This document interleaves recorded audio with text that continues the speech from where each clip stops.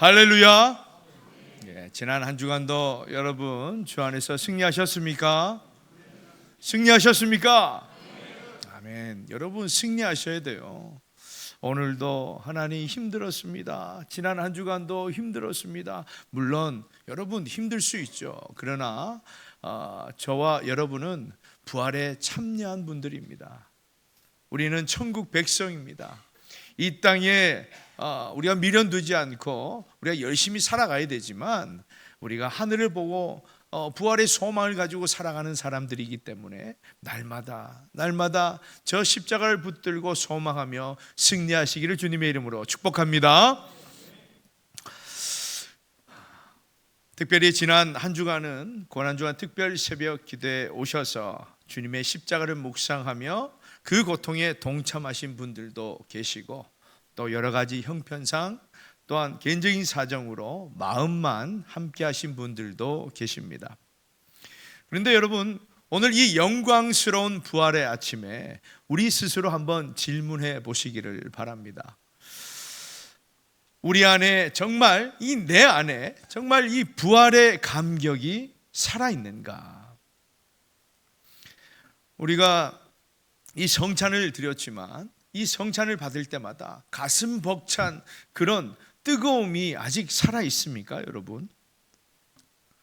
혹시 고난주간을 보내면서도 십자가의 피 흘림이 내 죄 때문이라는 것을 아직도 인식하지 못하고 전혀 감동도 없고 애통함도 없고 오히려 더 분주하게만 그렇게 살아가진 않았습니까? 그래서 오늘 교회에 왔더니 부활주일이네, 이런 분은 없습니까? 이렇게 구원의 감각이 무뎌진 채로 부활주일을 맞이한다면 여러분, 안타깝지만 그것은 신앙의 본질을 잃어버렸다라는 증거가 되는 것입니다. 동시에 하나님 보시기에는 얼마나 마음이 아프시겠습니까? 여러분, 부활주일은 여러분 늘 기억하세요. 매년 돌아오는 한 교회력의 절기가 아닙니다.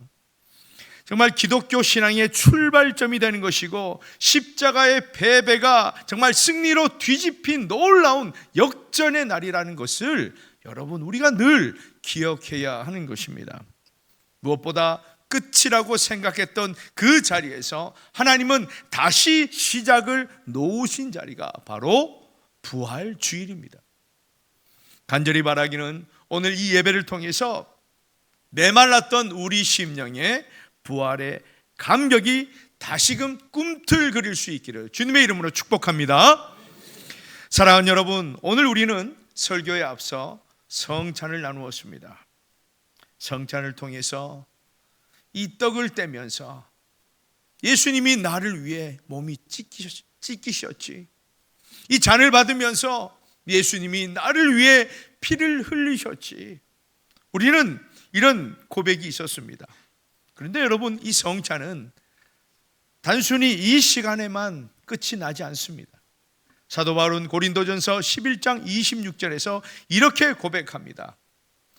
너희가 이 떡을 먹으며 이 잔을 마실 때마다 주의 죽으심을 그가 오실 때까지 전하는 것이니라. 아멘.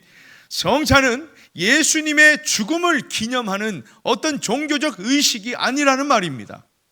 성찬은 그가 오실 때까지 다시 오실 주님을 바라보면서 십자가와 부활 그리고 과거와 미래를 동시에 붙잡는 신앙적 행위다라는 것입니다. 우리는 성찬 예식 때에 빈손으로 주님 앞에 나왔습니다. 내 의로움도 나의 공의도 없습니다. 그러나 주님은 그 빈손에 무엇을 채워주십니까? 부활의 생명을 채워주신다라는 겁니다. 빈 무덤 앞에 선 여인들처럼 우리도 빈손으로 나갔지만 가장 큰 부활의 기쁨을 받아 돌아간 것입니다. 예수님은 예루살렘에 입성하셔서 성전을 청결케 하시고 제자들의 발을 씻기시면서 유월절 성만찬을 하셨습니다. 그날 밤 가룟 유다의 배신으로 대제사장과 이 백성들의 이 장로들에게 붙잡히셔서 모진 고통과 모욕을 당하시고 정말 어이없는 재판을 당하시고 십자가에 못 박혀 돌아가셨습니다. 예수님을 따르던 아리마대 요셉을 통해 장례를 치르게 된 겁니다. 완악한 이 대제사장들은, 이 바리새인들은 아직도 그 두려움 가운데에 무덤 입구를 돌로 막았습니다. 그것도 못 믿어서 군병들을 세웠다라는 겁니다. 하루가 지났습니다. 아무런 변화가 없죠. 이틀이 지났습니다. 여전히 아무런 변화가 없습니다. 그런데 3일째 새벽 엄청난 변화가 일어나게 됩니다. 우리는 그것을 부활이라고 말합니다. 본문 1절은 말씀합니다. 안식 후 첫날 새벽에. 안식 후 첫날은 바로 주일을 얘기하는 것이죠. 우리가 오늘날 주일 예배 드리는 이유가, 주일날 예배를 드리는 이유가 바로 예수님이 부활하신 날이기 때문입니다. 여인들은 안식일이 끝나자마자 해가 뜨기도 전에 그 새벽에 예수님의 시체가 있는 그 무덤을 향해 달려나갔습니다. 그러나 이 새벽은 단순한 새벽이 아닙니다. 예수님이 죽으신 뒤의 새벽입니다. 모든 희망이 무너진 뒤의 새벽입니다. 이제 끝났다고 생각하는 그 생각 뒤의 새벽입니다. 사실 여인들은 예수님이 다시 살아나실 것을 전혀 기대하지 않았습니다. 그들은 단순히 예수님을 너무 사랑했기 때문에 그 시신이라도 한번 만져보기 위해서, 그 그리움을 달래기 위해서 죽음을 보러 간 것입니다. 왜요? 시체의 발을, 향품을 가져갔다는 것이 바로 그 증거가 되는 것이죠. 여기서 우리는 중요한 신앙의 진리를 만나게 됩니다. 우리가 기대하지 않을 때도 우리 하나님은 뭐하고 계신다고요? 일하고 계신다라는 사실입니다. 여러분 믿습니까? 그렇죠. 우리는 종종 이렇게 말합니다. 내가 믿음이 커지면 하나님의 역사를 보게 될 거야. 내가 기도를 많이 하게 되면 하나님이 나의 응답을 들어주셔. 그런데 여러분, 우리 하나님은 우리의 큰 믿음만을 바라지는 않습니다. 큰 믿음만을 기다리지는 않습니다. 우리가 가장 크게 무너졌을 때에도 우리 하나님은 여전히 일하고 계신다라는 사실입니다. 여러분, 지금 여러분의 삶에 새벽 같은 시간들이 있습니까? 앞을 봐도 막혀 있고 뒤를 보면 더 답답하고 출구는 없고 그저 눈물과 한숨과 그 비참함으로 하루하루 살아가는 그런 새벽들을 보내고 계신 분이 계십니까? 그러나 여러분, 다 끝이 났다, 이제 나는 다 포기해야 되겠다, 그 낙심의 자리에 하나님께서 다시 일하시는 줄 믿으시기를 바랍니다. 여인들이 무덤으로 그렇게 무작정 달려가면서 걱정하는 것이 있었습니다. 그것이 뭐냐면, 누가 우리를 위해서 돌 무덤을, 그 입구에 가려진 그 돌을 굴려줄 수 있을까? 여러분, 그 돌은 간단한 돌이 아닙니다. 2m 정도 되는 큰 돌에 무게가 2톤이나 되는 돌입니다. 그래서 장정들이 여럿 붙어도 쉽지 않습니다. 게다가 봉인되어 있고 군병들까지 지키고 있습니다. 그러니까 한마디로 인간의 계산으로는 예수님의 시체를 만질 수도 볼 수도 없습니다. 그런데 무덤에 도착했을 때에 어떤 상태였습니까? 2절입니다. 돌이 무덤에서 굴려 옮겨진 것을 보고. 이것이 부활신앙의 첫 번째 핵심입니다. 여러분, 부활신앙은 내가 돌을 굴리는 신앙이 아닙니다. 부활신앙은 하나님이 이미 돌을 옮기신 것을 믿는 신앙입니다. 오늘 저와 여러분의 삶에는 어떤 돌이 있습니까? 정말 내가 감당할 수 없는 인생의 많은 돌이 있지요. 수톤이 되는, 아니 수십 톤이 되는, 정말 생각도 할 수 없는 어마어마한 돌들이 있습니다. 경제의 돌, 가정의 돌, 우리 자녀들의 돌, 건강의 돌, 인간관계의 돌, 내가 할 수 있는 것이 없습니다. 그러나 여러분 기억하십시오.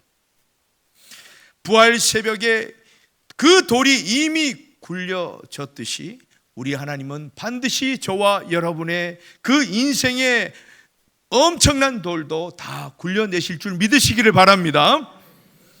여인들은 무덤 안으로 들어갔습니다. 그런데 아무것도 없었습니다. 3절입니다. 들어가니 주 예수의 시체가 보이지 아니하더라. 여러분, 여인들이 빈 무덤을 보고 기뻐했을까요? 아니면 감격했을까요? 어떻게 했을까요? 깜짝 놀라고 충격을 받았습니다. 그들에게는 좋은 소식이 아니었습니다. 누가 예수님을 훔쳐갔지? 여러분, 왜냐하면 빈 무덤은 우리가 붙잡고 있는 그런 신앙 방식이 아닙니다. 그래서 우리의 신앙의 틀이 무너지는 자리입니다. 우리의 생각은 예수님의 시체가 떡하니 있어야 되는데 예수님의 시체가 없는 것입니다. 여러분, 우리의 신앙을 한번 돌아보세요. 여인들은 어쩌면 살아계신 예수님이 아니라 죽어서 식어버린 그 시체의 예수님을 원했을지도 모릅니다. 왜요? 그것이 자신들의 신앙 방식이었기 때문에. 살아계신 예수님, 부활하신 예수님은 익숙치 않습니다. 그래서 차라리 식어버린 그 시체가 더 익숙한 것이죠. 사랑하는 여러분, 우리도 마찬가지입니다.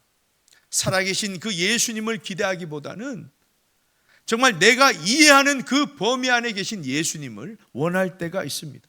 그래서 내 생각대로 신앙생활을 하는 거예요.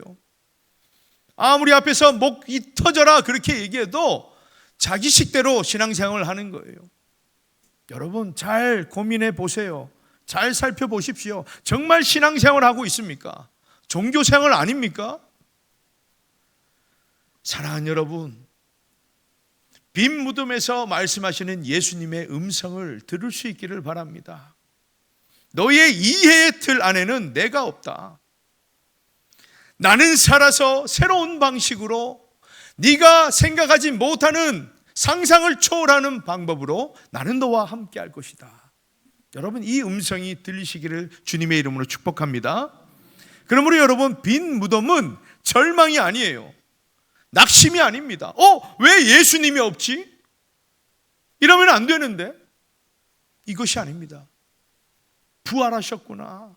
부활하셨구나. 여러분, 이미 부활은 일어났습니다. 그래서 신앙은 눈에 보이는 것만 믿는 게 아닙니다. 하나님의 보이지 않는 그 약속에 대한 신뢰입니다.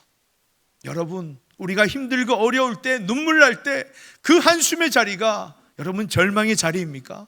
그렇게 믿으십니까? 그렇게 믿는다면 우리의 신앙은 뭡니까? 그렇지 않습니까? 꼭 눈에 보여야, 누가 봐도 계산을 해도 눈에 보이고 그럴듯하고 가능성 있으면 믿어지는 게 믿음입니까? 아니다라는 겁니다. 그럼 여러분, 부활신앙은 구체적으로 무엇일까?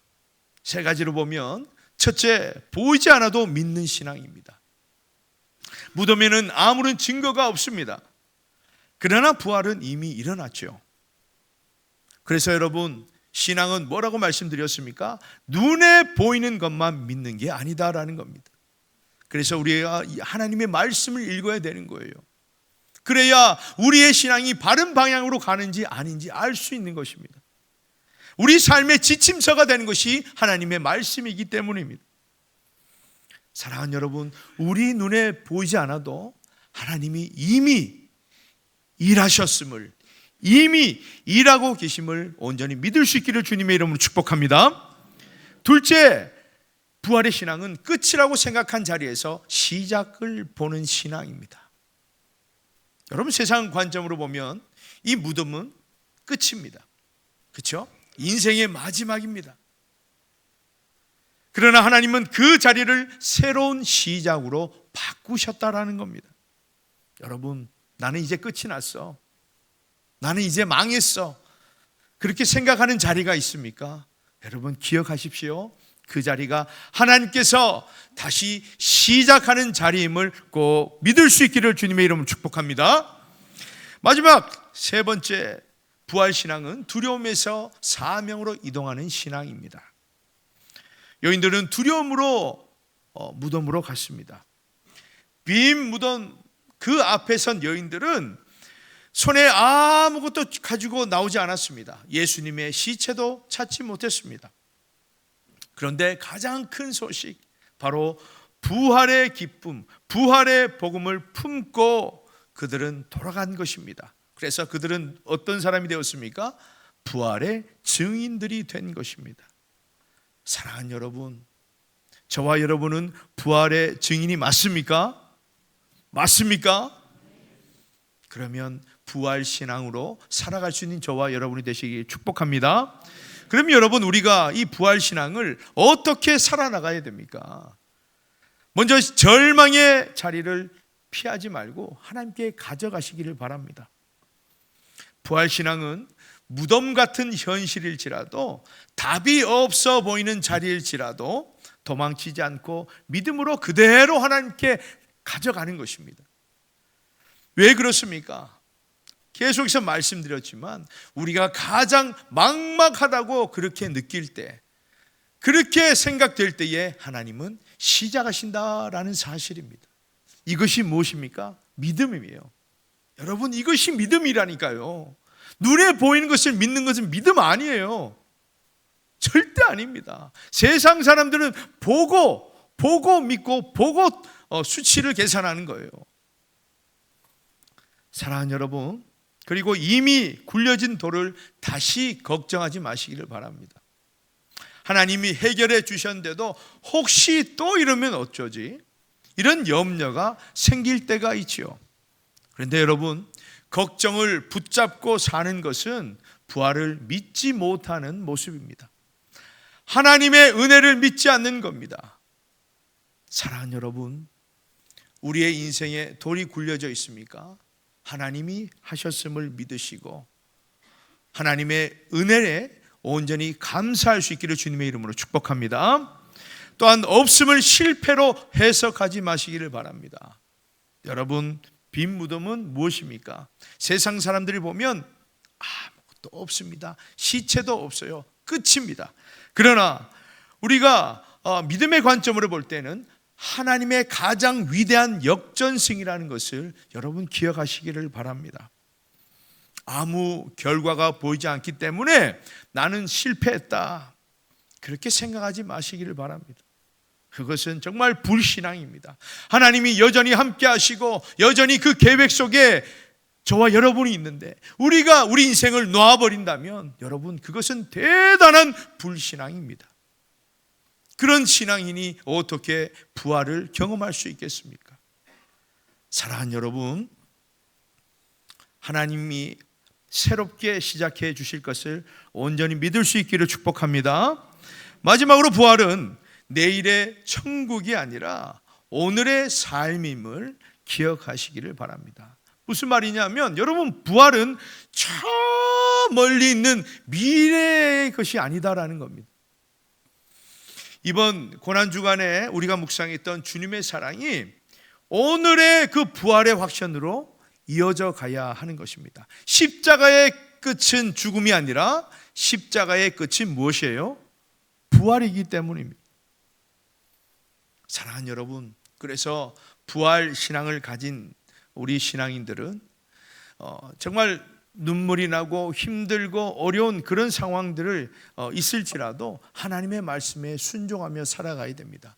우리는 무엇을 믿고 살아가는 사람들이에요? 주님의 그 약속을 붙들고 소망을, 부활의 그 소망을 붙들고 살아가는 사람들입니다.